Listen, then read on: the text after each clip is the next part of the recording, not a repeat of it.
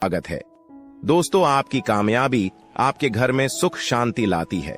आपका हमेशा मुस्काना, हमेशा खुश रहना और स्वस्थ रहना जीवन की बेहतरीन खुशियां देता है और आपको इस दुनिया का सबसे सुखी इंसान भी बनाता है। आज की जो कहानी मैं आपको सुनाने जा रहा हूं, इस कहानी में सारी दुनिया का ज्ञान समाहित है और सभी मुसीबतों का समाधान भी है। इसलिए इस कहानी को आप अंत तक जरूर देखिएगा। बहुत समय पहले की बात है। एक छोटा सा नगर था। उस नगर में एक बहुत ही धनी सेठ रहा करता था। उस धनवान सेठ के पास कहने को सब कुछ था, किसी चीज की कोई कमी नहीं थी।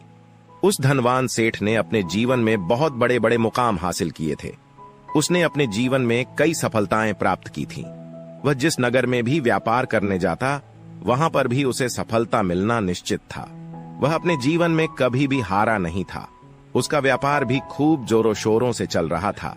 उसके पिताजी ने उसे ऐसी 4 बातें बता रखी थीं, जिसका वह नियमित पालन किया करता था और उन्हीं बातों का अनुसरण किया करता था और उन्हीं बातों की वजह से उसका जीवन बड़ा ही सुखमय था। वह जीवन के हर क्षेत्र में सफल था।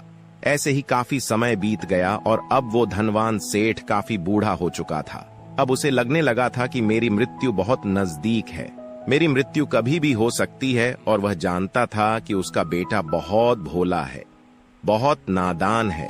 उसे अभी दुनियादारी की समझ नहीं है। इसीलिए उसने अपने बेटे को अपने पास बुलाया और अपने बेटे से कहा, बेटा, मैंने अपने पिताजी से 4 बातें सीखी थीं और उन्हीं बातों को मैंने अपने जीवन में उतारा। उन्हीं के अनुसरण की वजह से आज मैं अपने जीवन में इतना सफल हूं, अपना जीवन सुखमय पूर्वक बिता रहा हूं।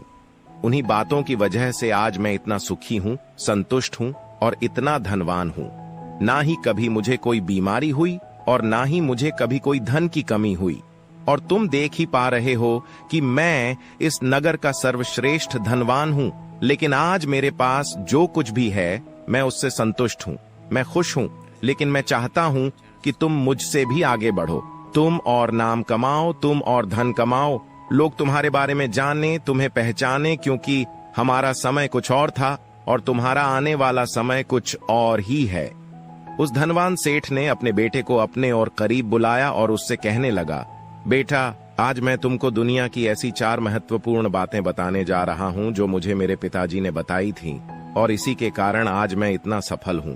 यदि तुमने इन सभी बातों को अपने जीवन में उतार लिया, इनका नियमित तौर पर पालन किया, इनका अनुसरण किया, तो तुम भी अपने जीवन में बहुत धनवान बन जाओगे, अपने जीवन को बहुत सुखमय तौर पर बिताओगे। इन बातों के अनुसरण से न तो तुम्हारे घर परिवार में कोई दुख आएगा और न ही तुम्हारे व्यापार में कभी कोई परेशानी उत्पन्न होगी। इतना कहकर धनवान सेठ अपने बेटे को 4 बातें बताना शुरू करता है। वह कहता है, बेटा, सबसे पहली बात है काम पर छांव में जाना और छांव में आना। दूसरी बात, अपने घर के चारों तरफ चमड़े की बाड़ रखना। तीसरी बात, हमेशा मीठा करके खाना। और चौथी बात, अपनी पत्नी को हमेशा बांध कर रखना, तरफ चमड़े की बाड़ रखना। तीसरी बात, हमेशा मीठा करके खाना और चौथी बात, अपनी पत्नी को हमेशा बांध कर रखना। इतना कहकर वह धनवान सेठ अब निश्चिंत हो चुका था। वह यह जानता था कि उसका बेटा बहुत भोला है। वह इतना कहकर वह धनवान सेठ अब निश्चिंत हो चुका था। वह यह जानता था कि उसका बेटा बहुत भोला है। वह अपने पिता की बात अवश्य मानेगा और इन सभी 4 बातों को अपने जीवन में उतारेगा और इनका अनुसरण भी करेगा। देखते देखते कुछ महीने बीत गए और फिर एक दिन धनवान सेठ मृत्यु को प्राप्त हो गया। अपने पिता की मृत्यु के बाद उस धनवान सेठ के बेटे ने उन सभी 4 बातों को एक कागज पर लिख लिया ताकि वह उन्हें भूल न जाए और उन्हीं बातों को वह अपने जीवन में उतारने लगा। उन 4 बातों का अनुसरण करने लगा। सबसे पहली बात जो उसके पिता ने उससे कही थी, छांव में जाना और छांव में आना, तो उसने अपने घर से लेकर अपनी दुकान तक पूरे रास्ते पर एक टेंट लगवा दिया, क्योंकि उसके पास पैसा तो बहुत था और उसे कोई रोकने वाला भी नहीं था। जब भी कोई उसे पूछता कि आखिर तुमने ऐसा क्यों किया, तो वह उसके जवाब में बस इतना ही कहता कि मेरे पिताजी ने मुझसे ऐसा ही करने को कहा है। इसके बाद उसने अपने पिता की अगली बात कहा, मेरे पिताजी ने मुझसे ऐसा ही करने को कहा है। इसके बाद उसने अपने पिता की अगली बात का अनुसरण किया। उसने अपने घर के चारों तरफ चमड़े की बाड़ खड़ी करवा दी। उसने अपने घर के दोनों तरफ चमड़े की एक दीवार खड़ी करवा दी। ये देखकर आसपास के लोग बहुत क्रोधित हो गए। वे लोग उससे झगड़ा करने पर भी उतर आए। कई लोगों ने तो यह तक कह डाला कि आखिर तुमने ऐसा क्यों किया? चमड़े की बाट तुमने क्यों खड़ी करवा दी? चमड़े से बहुत बदबू आती है और इससे हमें तकलीफ होती है, इसे आज ही निकलवा दो। लेकिन कोई उसका कुछ भी ना बिगाड़ सका, क्योंकि उसके पास बहुत पैसा था। इसलिए कोई भी व्यक्ति उसका ज्यादा समय तक विरोध न कर सका, और उसने भी मन बना लिया था कि वह अपने पिता की सभी बातों को पूरे दिल से मानेगा। उसके पिता ने उसे तीसरी बात कही थी, खाने को मीठा करके खाना, जिस कारण वह अपनी पत्नी से हर रोज खाने में कुछ मीठा ही बनवाता था। कभी सेवियां, कभी खीर, कभी हलवा तो कभी मिठाइयां। हमेशा यही सब खाता रहता। और उसके पिता ने उसे चौथी बात कही थी, अपनी पत्नी को हमेशा बांध कर रखना, जिस कारण वह हर रोज अपनी पत्नी को रस्सी से बांध कर रखता था। ऐसे ही कई दिन बीत गए और देखते ही देखते अब वह सेठ के बेटे का जीवन धीरे धीरे बर्बाद होने लगा था, क्योंकि उसने अपने पिता की सभी बातों का गलत मतलब निकाला था और वह उसी के अनुसार उनका पालन कर रहा था। देखते देखते उसका उतना बड़ा व्यापार अब ठप होने लगा था। उसके यहां पर ग्राहकों की संख्या कम होने लगी थी, क्योंकि जब उसका मन करता तब वह दुकान जाया करता, और जब उसका मन करता तो वह दुकान से वापस घर लौट आता।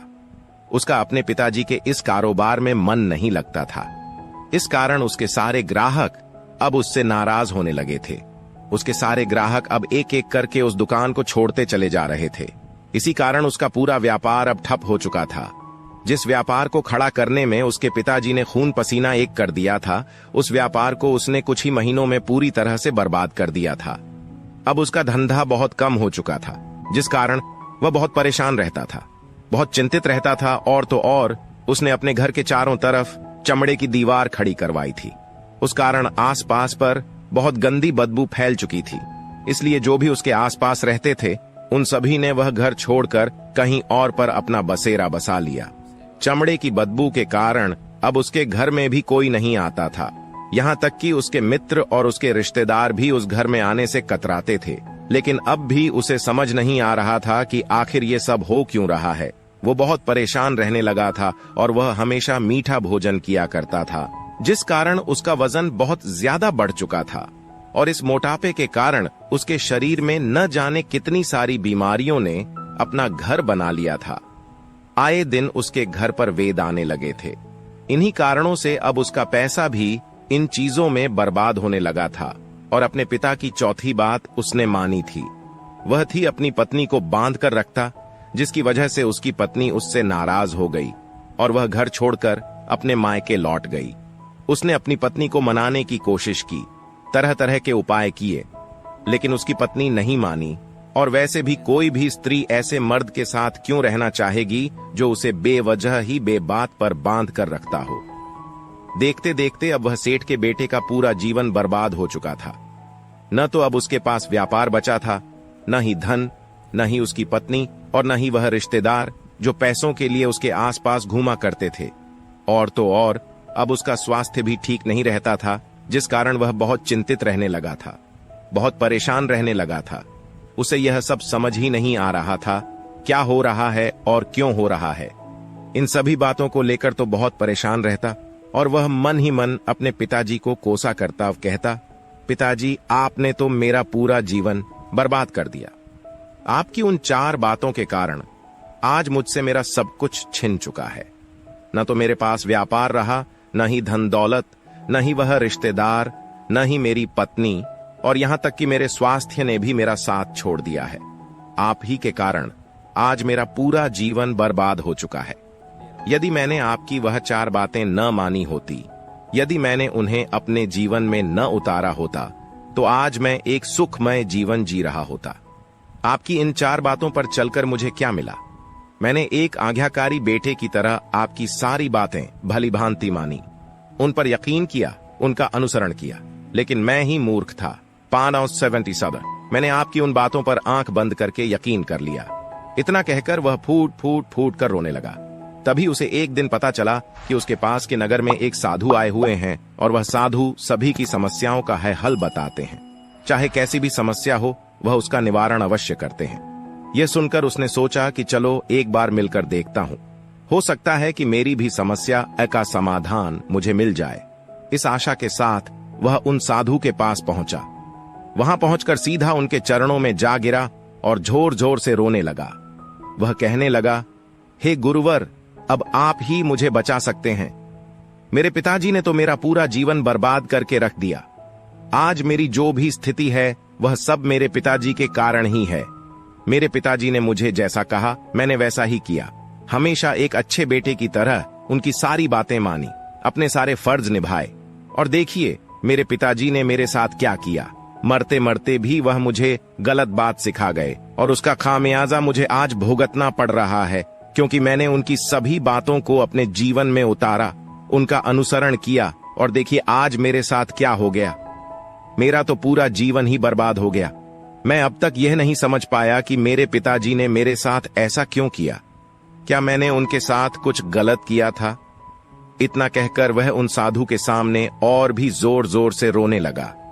तभी वह साधु महाराज उस सेठ के बेटे से कहते हैं, बेटा चुप हो जाओ, पहले मुझे अपनी सारी बात तो बताओ। आखिर तुम्हारे साथ क्या हुआ है? तुम इस तरह से क्यों रो रहे हो? तुम्हारी इस परेशानी का क्या कारण है? उन साधु के इतना कहने पर उस सेठ के बेटे ने पर्ची उन साधु के हाथ में रख दी, जो उसने अपने पिता की मृत्यु के बाद लिख रखी थी, जिसमें उसने अपने पिता की चारों बातें लिखी थी। उन साधु ने पर्ची ली और उसे पढ़ने लगे, और उन्होंने जैसे ही वह पढ़ा वह जोर जोर से हंसने लगे। और वह उस सेठ के बेटे से कहते हैं, तुम कितने बड़े मूर्ख हो। तुम्हारे पिता ने तो तुम्हें दुनिया का सारा ज्ञान दे दिया, लेकिन तुम उसे समझ नहीं पाए, तुम उसका सही तरह से पालन नहीं कर पाए और कहते हो कि तुम्हारे पिता ने तुम्हें गलत राह दिखाई है। तुमने गलत संदेश दिया है। तुम्हारे पिताजी तो तुम्हारी परीक्षा ले रहे थे कि तुम उनकी बातों को समझ पाते हो या नहीं, तुम उनकी बातों का सही मतलब निकाल पाते हो या नहीं। यदि वह चाहते तो इसका मतलब तुम्हें अच्छी तरह से बता सकते थे, लेकिन वह चाहते थे कि तुम इन बातों का मतलब खुद से जानो, खुद से समझो कि इन बातों का क्या अर्थ है। लेकिन अब तो ऐसा प्रतीत होता है कि मानो तुम्हारी बुद्धि बिल्कुल भ्रष्ट हो चुकी है। तुमसे बड़ा मूर्ख मैंने आज तक नहीं देखा। जिसके पास दुनिया का इतना बड़ा ज्ञान हो वह भला इतनी बड़ी मूर्खता कैसे कर सकता है। तुम्हारे पास कोई ज्ञान नहीं है, तुमने कोई भी ज्ञान अर्जित ही नहीं किया। अगर तुम इन बातों का सही मतलब समझ चुके होते तो तुम भी अपने जीवन में अपने पिता की तरह ही सफल होते, खुश होते और तुम्हारा जीवन सुखमय तरह से बीत रहा होता। लेकिन तुम इतने बड़े मूर्ख हो कि तुमने अपने पिता की बातों का गलत मतलब निकाल लिया। उन बातों के मतलब के बारे में तुमने सोचा तक नहीं, उन्होंने जैसा कहा तुमने वैसा करना शुरू कर दिया। यदि तुम्हें उन बातों का अर्थ नहीं पता चल रहा था तो तुम किसी ज्ञानी से मिल सकते थे, तुम उससे उस बात का मतलब निकाल लेते। लेकिन जैसा तुमने अपने पिता की इन बातों को समझा है, इसका मतलब वैसा नहीं है। इस पर वह धनवान सेठ का बेटा कहता है, हे गुरुवर, आप क्या कहना चाहते हैं? क्या मैं अपने पिता की बातों को सही नहीं समझ रहा? और वैसे भी इसमें समझने लायक है क्या? उन्होंने तो सब कुछ साफ साफ ही बताया था और मैंने उन्हें अपने जीवन में उसी तरह से उतार लिया, तो फिर मैंने गलत क्या किया है? इस पर गुरुवर एक बार फिर मुस्कुराने लगे और उस सेठ के बेटे से कहते हैं, बेटा ये जो बातें लिखी गई हैं, इन बातों के पीछे एक गहरा अर्थ है जिसे तुम समझ नहीं पाए।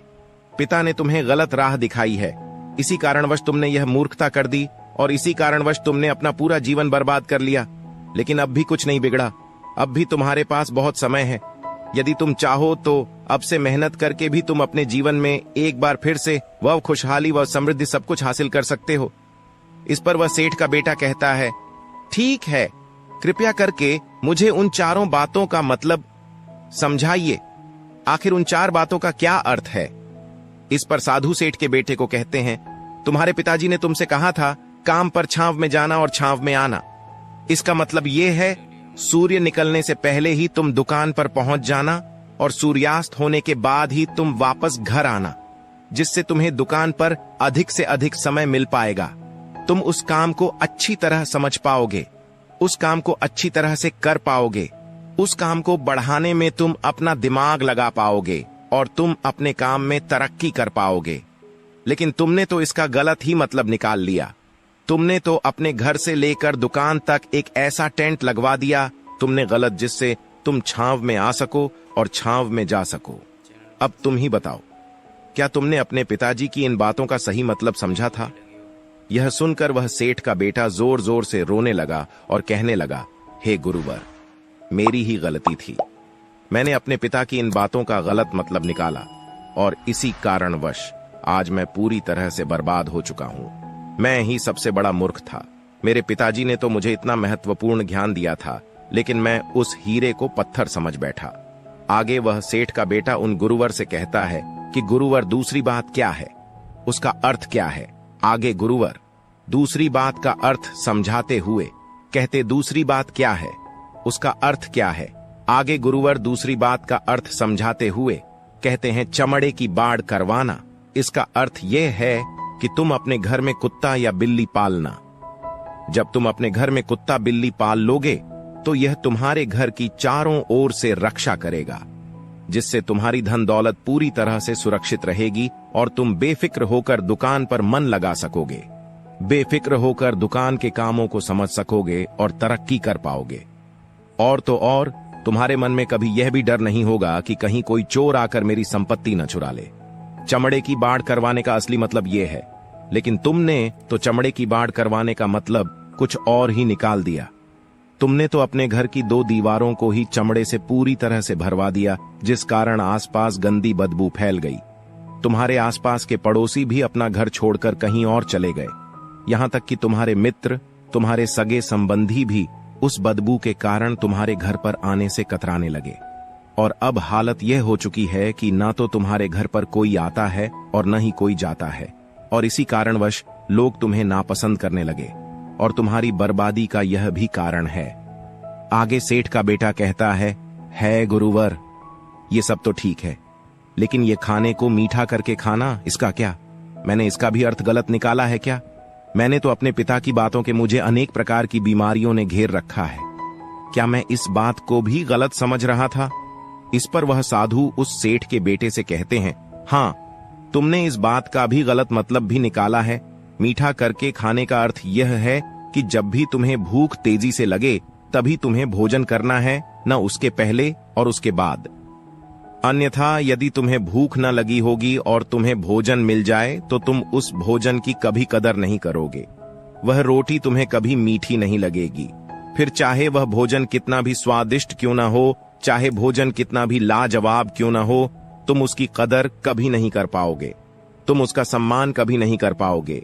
किंतु जब एक व्यक्ति को जोरों की भूख लगी होती है तो उसके सामने यदि तुम सूखी रोटी भी रख दो तो भी वह उसके लिए किसी पंचमेल से कम नहीं है।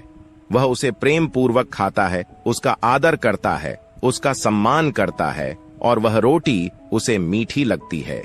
इसीलिए तुम्हारे पिताजी ने यह कहा था कि भोजन मीठा करके खाना, जिससे तुम्हारा स्वास्थ्य भी अच्छा रहेगा।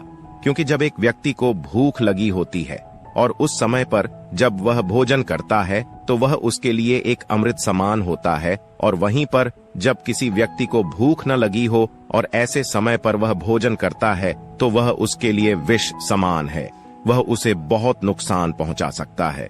लेकिन तुमने तो इसका भी गलत मतलब निकाला था। तुम हर रोज मीठा खाने लगे, जिस कारण तुम्हारा वजन बढ़ने लगा, और इसी कारणवश तुम्हारे शरीर में अनेक रोग ने अपना घर बना लिया और यह तुम्हें मृत्यु के करीब ले जा रहा था। इसीलिए आज से जब भी तुम्हें जोरों की भूख लगे तभी भोजन करना तुम्हारे लिए अत्यधिक फायदेमंद होगा और तुम्हारे शरीर को हमेशा निरोगी बनाने में तुम्हारी मदद करेगा। और जब भी तब भोजन की आवश्यकता न हो, तुम्हें भूख न लगी हो, ऐसे समय पर भोजन कभी न करना, यह तुम्हारे लिए बहुत नुकसानदायक साबित होगा। और यही तुम्हारी तीसरी गलती थी, जिस कारण तुम्हारा पूरा जीवन बर्बाद हो रहा था। आगे सेठ का बेटा कहता है कि तू ही गुरु है। चौथी बात तो बिल्कुल साफ लिखी गई है, अपनी पत्नी को हमेशा बांध कर रखना, तो इसका अर्थ भी कुछ और है।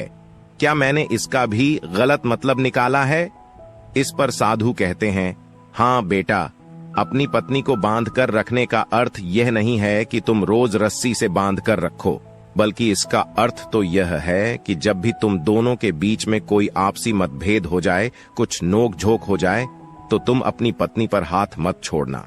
जब तक एक स्त्री का पति उसके साथ रिश्ते में बंधा होता है तो वह अपने रिश्तों में बंध जाती है और वह अपने रिश्ते को पूर्ण तरीके से निभाने का हर मुमकिन प्रयास करती है।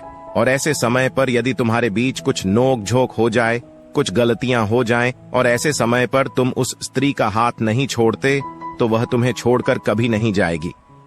लेकिन इसका अर्थ यह भी नहीं है कि तुम अपनी पत्नी पर अत्याचार करो, बल्कि तुम्हारे पिताजी का यहाँ पर कहना चाहिए था कि जो भी कोई व्यक्ति तुम्हारे साथ किसी रिश्ते में जुड़ा हुआ है, उसे अपने रिश्ते में तुम्हारे साथ कुछ गलत न कर सके और तुम्हारा फायदा न उठा सके। अपने रिश्तों को हमेशा बांध कर रखना, उन्हें खुला मत छोड़ना, अन्यथा वह तुम्हारे हाथ से फिसल जाएंगे। और हम में से अधिकांश लोग अपने जीवन में यही गलतियां करते हैं और अपने नए रिश्तों को कभी समय नहीं देते, जिस कारण उनका रिश्ता उतना मजबूत नहीं हो पाता और इसी कारणवश वह अपने रिश्ते से हाथ धो बैठते हैं। और यही गलती तुमने भी की। तुमने तो अपनी पत्नी को बांध कर रखा है, तो भला वह तुम्हें कैसे माफ कर सकती है? और यही कारण है कि वह तुम्हें छोड़कर चली गई। तुमने जो अपनी पत्नी के साथ किया वह माफी के लायक नहीं है, लेकिन तुम्हें अपनी पत्नी से माफी मांगनी चाहिए, क्योंकि तुमने गलत किया है। इसलिए जाओ और अपनी पत्नी से माफी मांगो, उसे वापस घर लाओ। और यही वह 4 बातें थीं जो तुम्हें तुम्हारे पिता ने समझाने का प्रयास किया था, लेकिन तुमने इन सभी बातों का गलत मतलब निकाला और इसी कारणवश तुम पूरी तरह से बर्बाद हो गए। किंतु अभी भी तुम्हारे पास बहुत समय है।